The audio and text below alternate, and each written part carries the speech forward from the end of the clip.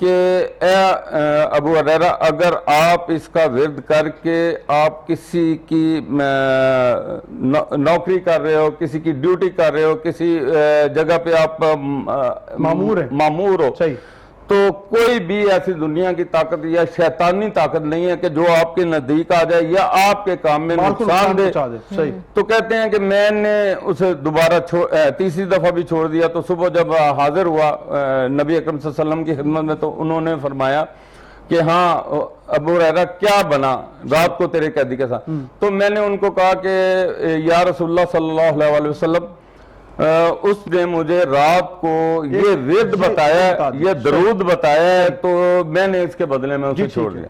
تو پاک نبی صلی اللہ علیہ وسلم فرماتے ہیں کہ اے حریرہ بے شک وہ شخص بالکل جھوٹا تھا، لیکن اس نے جو درود تمہیں دیا ہے وہ بالکل سچ ہے اور سچا ہے۔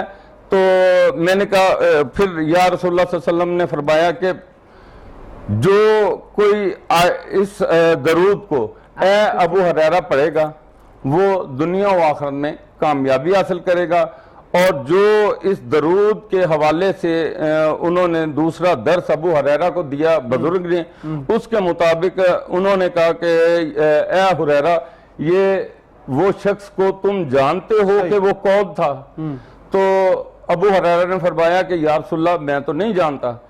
کہتے ہیں کہ اے حریرہ وہ جو شخص روزانہ 3 دفعہ تیرے پاس آیا ہے وہ شخص شیطان تھا، بالکل جھوٹا تھا، لیکن اس نے جو تمہیں درس دیا، سبق دیا، وہ بالکل سچ ہے۔ صحیح ہے۔ اور جعفر صاحب سے کوئی رابطہ کرنا چاہے ان کا what's app number, mobile number آپ کو نظر آ رہا ہے، آپ رابطہ کر سکتے ہیں۔ یہی مقصد ہمارے سیگمنٹ کا کہ آپ کوئی بھی وظیفہ کریں، کوئی بھی چیز پڑھنا چاہتے ہیں تو خود سے نہ امپلیمنٹ کر لیں اس چیز پر، بلکہ کسی سے پوچھ کے پرمیشن لے کے کریں تاکہ آپ کو اس کا فائدہ بھی ملے۔ کوئی بھی مشکلیں آپ کو پیش آئیں، کوئی بھی روحانی مشکل ہو، آپ جعفر صاحب سے رابطہ کر سکتے ہیں۔ 24/7 کا نمبر آن ہے، آپ کو رابطہ کریں، واٹس ایپ پہ نام اپنا سینڈ کریں، یا آپ کی رہنمائی کریں گے۔ اور آیت الکرسی کے حوالے سے ایک بات کر کے مہمانوں کی طرف جائیں گے۔ کہا جاتا ہے جو فرض نماز کے بعد آیت الکرسی پڑھتا ہے تو وقت نزا جو ہے اس پر آسان کر دی جاتی ہے، اور اس پہ جو نزا کا جو ایک تکلیف ہے اس پہ آسان کر دی جاتی ہے، اور یہاں تک ہے کہ وہ اپنے جنت میں مقام بھی دیکھے گا۔ تو یہ بڑی بابرکت چیز ہے۔ اور آیت الکرسی جو ہے یہ قرآن پاک میں سے کیا خوبصورت ہمیں اللہ تعالیٰ کے محبوب نے چیزیں عطا فرمائی ہیں۔ درود ہے اور آیات قرآنی ہے۔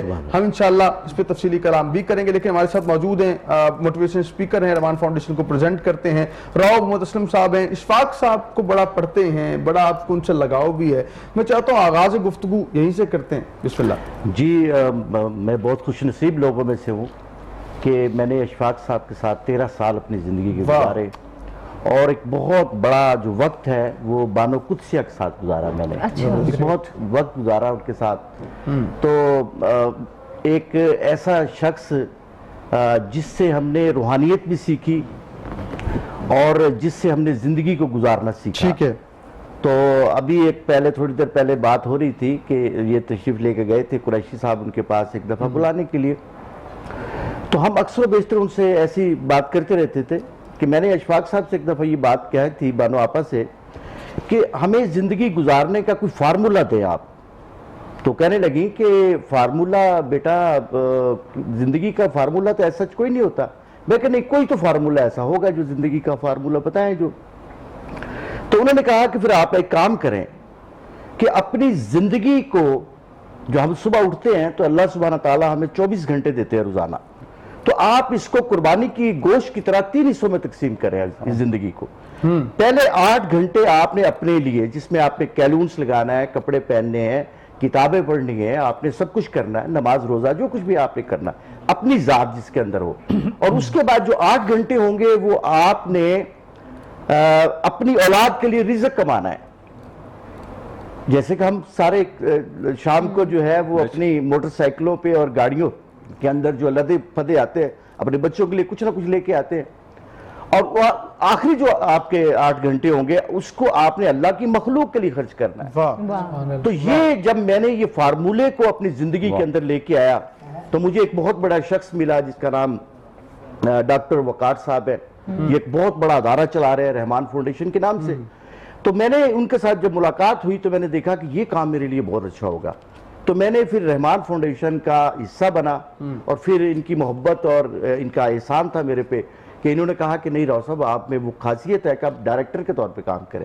تو پھر اس دن کے بعد میں نے ان کو وقت دینا شروع کیا, اور by the grace of Allah mighty کہ میں نے دیکھا کہ اللہ سبحانہ تعالیٰ نے اتنا کرم کرتے ہیں کہ میں سوچ نہیں سکتا تھا کہ میرا بیٹا بیرسٹر ہوگا, میں سوچ نہیں سکتا تھا کہ میری بیٹی ڈاکٹر ہوگی, میں سوچ نہیں سکتا تھا کہ میرا بیٹا جو ہے وہ آرکیٹیکٹ ہوگا. تو یہ اللہ تعالیٰ پھر آپ کے اوپر کرم کرتا ہے. مطلب آپ دوسروں کے لیے کام کرتے ہیں تو اللہ آپ کے لیے آسانیاں کرتا جاتا ہے. الحمدللہ الحمدللہ, صحیح. کیونکہ انسان کا کام ہی بنیادی طور پہ یہ ہے کہ ہم نے لوگوں کو سہولتیں پرووائڈ کرنی. بے شک. ہمارا کام کیا ہے صبح سے لے کے شام تک. آپ دیکھیں کہ جو جانور ہے نا وہ صرف فیلنگ تک ہے, لیکن انسان ایک ایسی مخلوق ہے جو احساس ہے. واہ واہ. آپ غور کریں کہ صرف جو جانور ہے وہ اس وقت اپنی اولاد کو پالتا ہے جب وہ بچپن میں ہوتا ہے, اس کے بعد اس کو یہ بھی نہیں پتا ہوتا کہ یہ میری اولاد ہے. اچھا, آپ کیا کہیں گے رحمان فاؤنڈیشن کے حوالے سے, ایک ایسا ادارہ پاکستان کے اندر جو ڈائلسس کے حوالے سے ایک منفرد نام ہے. اگر میں باقی اداروں کو دیکھوں تو مجھے رحمان فاؤنڈیشن جو ڈائلسس کا کام کر رہا ہے کوئی اور نظر نہیں آتا کہ پاکستان کے میجر بڑی سٹیز کے اندر یہ اپنے خدمات دے رہا ہے.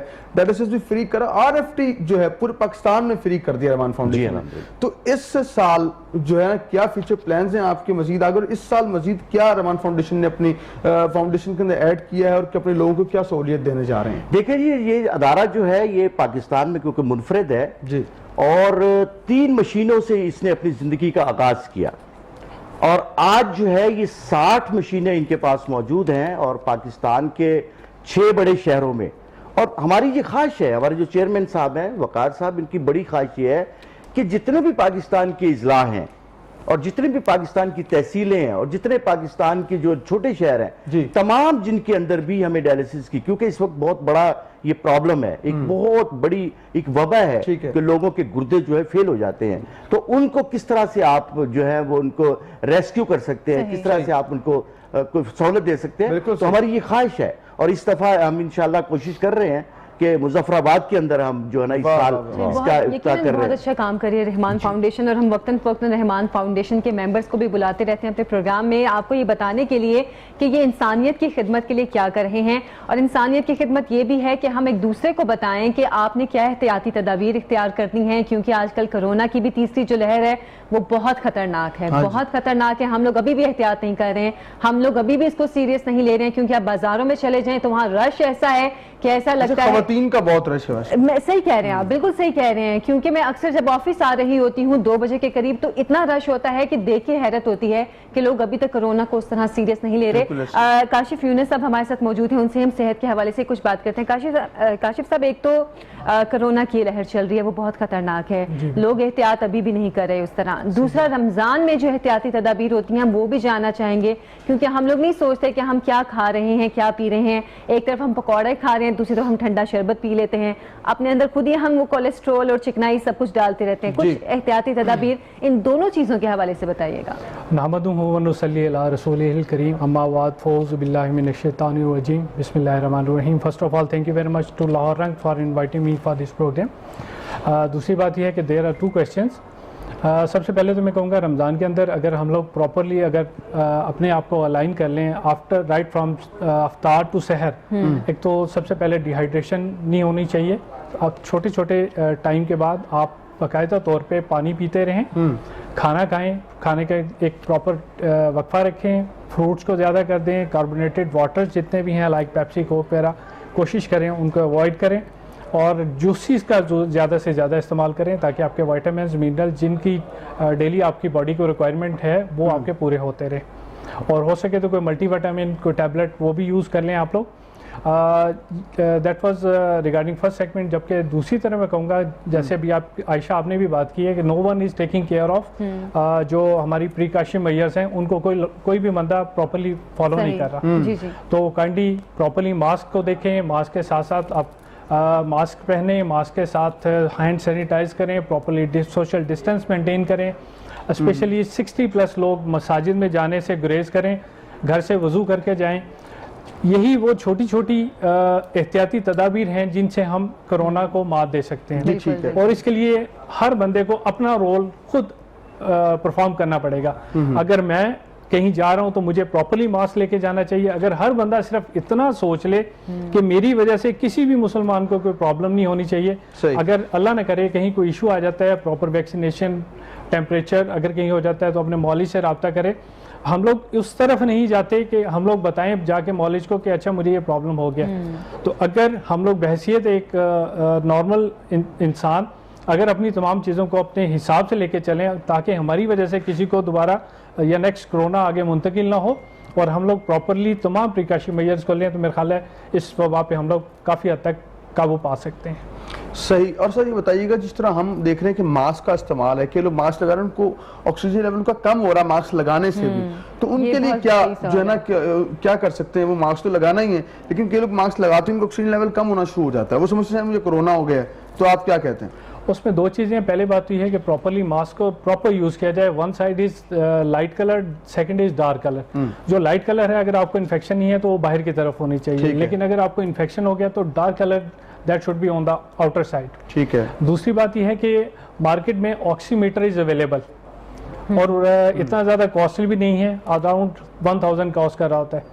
اگر ہم لوگ احتیاطی تدابیر کے طور پہ گھر پہ ایک آکسی میٹر لے آئیں اور ہم اس کو جسٹ فنگر آؤٹ کرنا ہے اس کو, اور وہ آپ کی سیچوریشن بتا دیتا ہے کہ ود ڈیو ریسپیکٹ جو ہے میں اس کے پرائس دیکھ چکا ہوں, یہ 2000 سے 2500 کے درمیان چلا گیا ہے, جو 700 سے 800 کا تھا. اب یہ کورونا کی وجہ سے, کیونکہ مسلمان ہیں ماشاءاللہ, جب ایسے معاملات ہوں تو ہم ریٹ بھی بڑھا دیتے ہیں.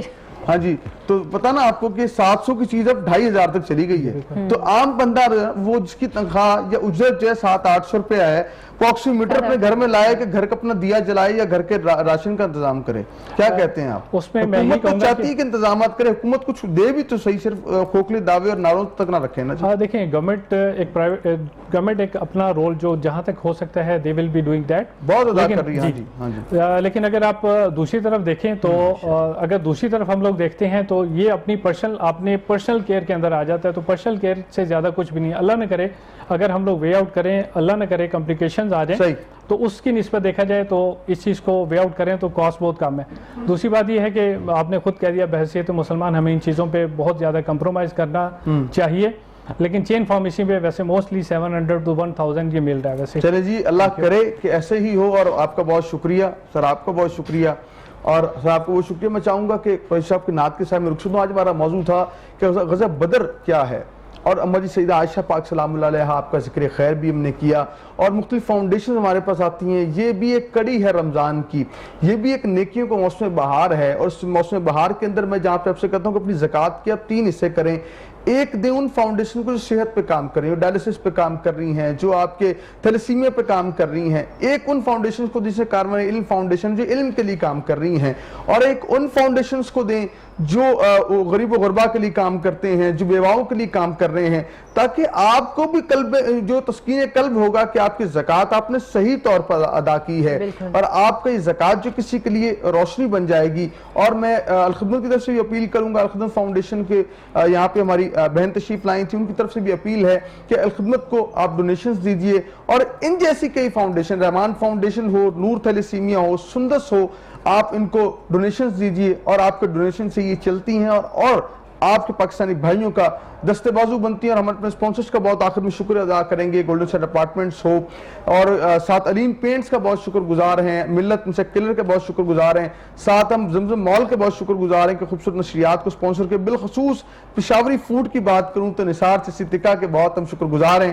کہ ہم خوبصورت نشریات کو اسپانسر کیا ہے. اس کے ساتھ ساتھ ہیلز اور چینون کی جانب سے بھی اسپانسر کیا گیا, جبکہ برگاملہ کی جانب سے بھی ہماری اس نشریات کو اسپانسر کیا گیا ہے, اور Mumtaz Mahal beauty salon and cosmetic کے بھی اسپانسر کی. بالکل ٹھیک ہے, ان سب کا بہت بہت شکریہ, بہت شکریہ. ساتھ جو ہے ہم سیکھنے کی کوشش کرتے ہیں نشریات سے.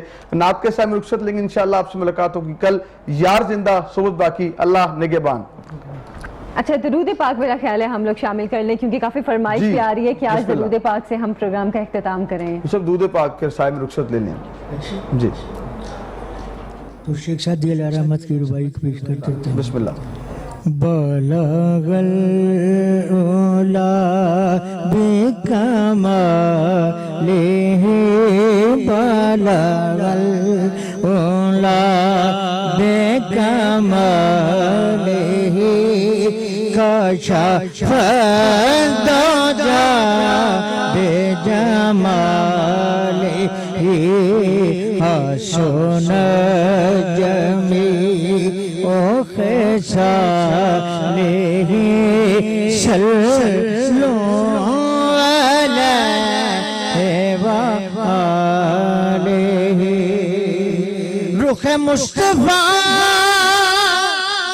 وہ کتاب ہے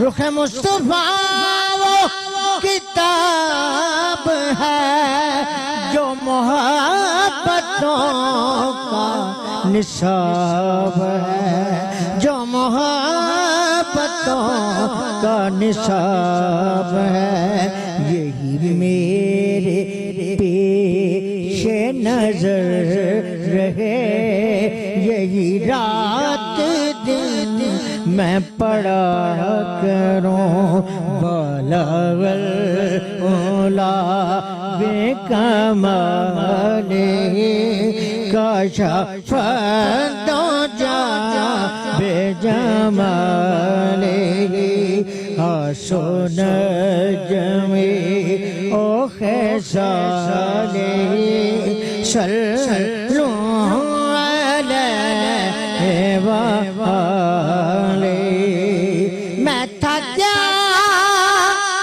مجھے کیا بنا دیا میں تھا کیا مجھے کیا بنا دیا مجھے عشق احمد عطا کیا ہو بھلا حضور کی آل کا ہو بھلا حضور کی آل کا صلو علیہ وآلہ جسے چاہا در پہ بلا لیا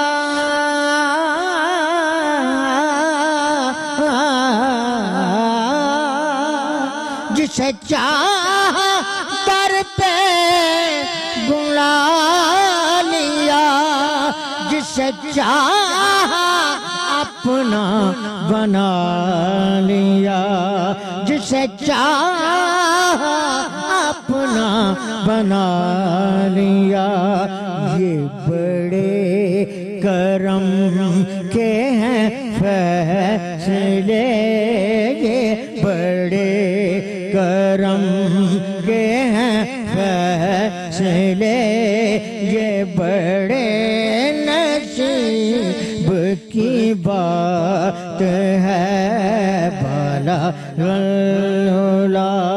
بے کمال کشف دجا بے جمال حسن جمی او خصال صلو علیہ وآلہ